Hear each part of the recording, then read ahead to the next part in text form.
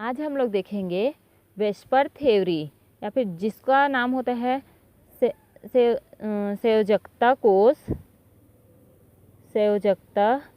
कोष इलेक्ट्रॉन युग्म प्रतिकर्षण सिद्धांत, जिसको बोला जाता है आपका वेस्पर थ्योरी, या फिर वी का वैलेंसी, एस का सेल, ई का इलेक्ट्रॉन, पी का पेयर और आर का क्या होगा रिपल्सन और थ्योरी। ठीक है, valence shell electron pair repulsion theory या फिर संयोजकता कोष इलेक्ट्रॉन युग्म प्रतिकर्षण सिद्धांत। ठीक है, यह सिद्धांत क्या कहता है, देखो जैसे कि हम लोग संकरण में देखें कि इसका आकृति इस प्रकार से होगा, इसका आकृति इस प्रकार से होगा, उसके लिए हम लोग एग्जाम्पल भी लिए थे। उसी एग्जाम्पल में कैसे बना, उसमें बंद कोड दिया जाता है तो उसका बंद कोड इतना कैसे में आया उसी के बारे में है। तो देखते हैं, वेस्पर थ्योरी को सर्वप्रथम सिज़विक एवं पावेल ने 1940 में दिया था, दोनों वैज्ञानिक का नाम है। इसके बाद 1957 में नाइहोम तथा गिलेस्पी ने इसको विकसित करके इसमें कुछ संशोधन किया। यह सिद्धांत परमाणुओं के संयोजकता कोष में उपस्थित इलेक्ट्रॉन युग्मों के मध्य आकर्षण पर आधारित है। इलेक्ट्रॉन युग्मों के आकर्षण पर आधारित है। ठीक है, इसके कुछ मुख्य बिंदु दिया गया है, उसको देख लेते हैं। वेस्पर सिद्धांत की मुख्य धारणाएं निम्न हैं। पहला देखते हैं, अणु की आकृति, जो आपका अणु ले रहे हो उसकी आकृति केंद्रीय परमाणु पर स्थित संयोजी कोष में इलेक्ट्रॉन युग्मों। अब उसमें दो प्रकार के इलेक्ट्रॉन हो सकते हैं, बंधी इलेक्ट्रॉन अथवा अनाबंधी इलेक्ट्रॉन। बंधी मतलब कि जो बंध बनाने में आपका भाग लेगा, और अनाबंधी मतलब कि जो बंध बनाने में भाग नहीं लेगा, जो एकांकी इलेक्ट्रॉन युग्म के रूप में उपस्थित होगा, उसी की संख्या पर निर्भर करता है। जैसे कि देखते हो हम लोग, मैं NH3 का ले लेती हूँ। NH3 को देखोगे तो इसमें कितने इलेक्ट्रॉन होते हैं, नाइट्रोजन में 5 होते हैं, वैलेंस शेल में 5 इलेक्ट्रॉन होते हैं। तो यहाँ का जो 3 इलेक्ट्रॉन है, ए वाला 3 आप मान सकते हो, H के साथ बंध बनाया H के साथ बंध, लेकिन 2 इलेक्ट्रॉन तो बच रहा है ना, इसी को बोला जाता है अनाबंधी, मतलब कि जो बंध बनाने में भाग ना ले रहा हो, या फिर उसी को एकाकी इलेक्ट्रॉन युग्म भी बोल सकते हो। इन्हीं की संख्या पर निर्भर करता है क्या, आपके अणु की आकृति। दूसरा है, अणु में उपस्थित केंद्रीय परमाणु के संयोजकता कोष में स्थित इलेक्ट्रॉन युग्म एक दूसरे को प्रतिकर्षित करते हैं। प्रतिकर्षित क्यों करेगा, क्या बोल रहा है, अणु में उपस्थित केंद्रीय परमाणु के संयोजकता कोष में उपस्थित इलेक्ट्रॉन युग्म एक दूसरे को प्रतिकर्षित करते हैं। क्यों करेगा, देख, क्योंकि उनके इलेक्ट्रॉन अभ्र ऋण आवेशित होते हैं। अब मैं आपको बता रही हूँ, यहाँ पर उसका इलेक्ट्रॉन अभ्र है, तो जरूरी थोड़ा है कि यहाँ पर एक ही इलेक्ट्रॉन हो, इधर भी इलेक्ट्रॉन, इधर भी इलेक्ट्रॉन, इधर भी तो हो सकता है ना उसके केंद्र में इलेक्ट्रॉन। तो उस केंद्र में इतने सारे इलेक्ट्रॉन हैं और सब में सेम चार्ज है, मतलब कि सेम चार्ज होता है तो एक दूसरे को प्रतिकर्षित करेंगे।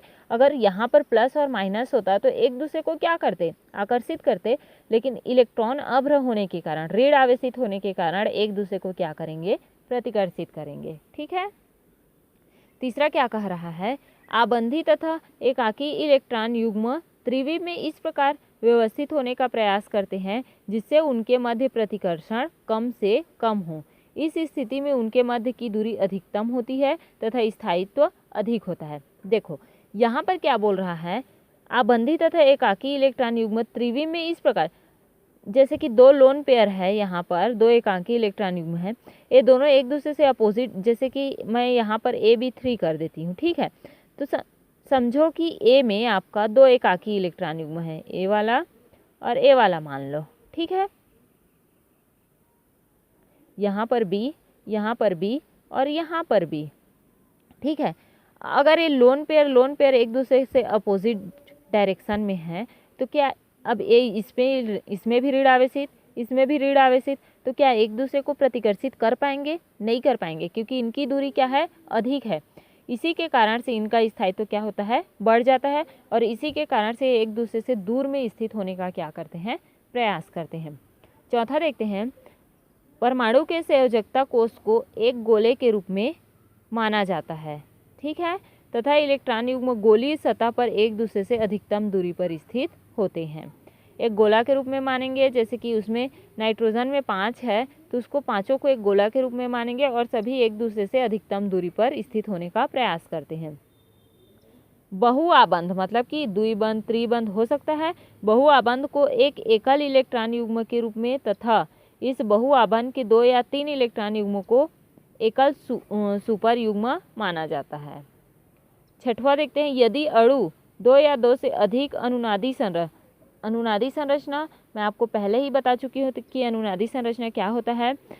ठीक है, एक ही अणु का एक या एक से अधिक प्रकार से उसकी इलेक्ट्रॉनों का क्या होना, व्यवस्थित होना अनुनादी संरचना कहलाता है। यदि अणु 2 या 2 से अधिक अनुनादी संरचनाओं द्वारा दर्शाया जाता है तो ऐसी स्थिति में वेस्पर सिद्धांत संरचना लागू होता है। अगर उसकी पोजीशन भी चेंज हो रही है तो उसमें लोन पेयर ऑफ इलेक्ट्रॉन मतलब कि एकाकी इलेक्ट्रॉन युग्म जितना है उतना ही तो रहेगा ना, इसी कारण से उस पर वेस्पर थ्योरी उस पर लागू होता है।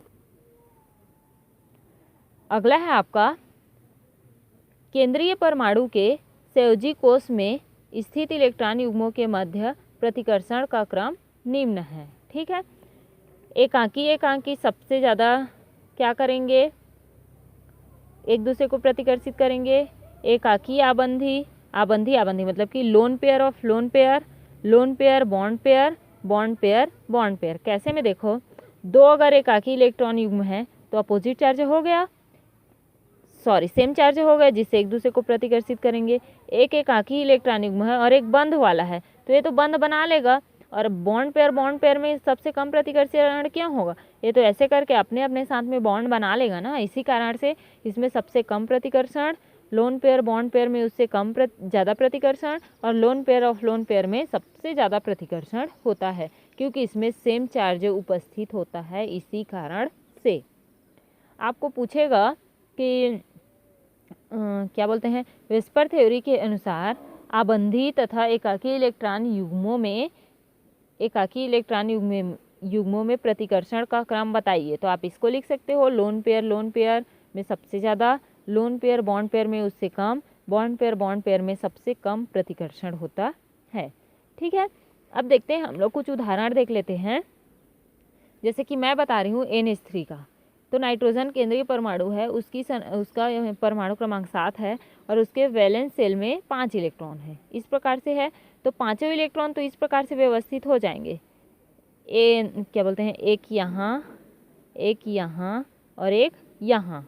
हाइड्रोजन 3 है आपका, तो हाइड्रोजन के एक इलेक्ट्रॉन अपने इलेक्ट्रॉनों का साझा करके क्या बना लिया, बॉन्ड बना लिया।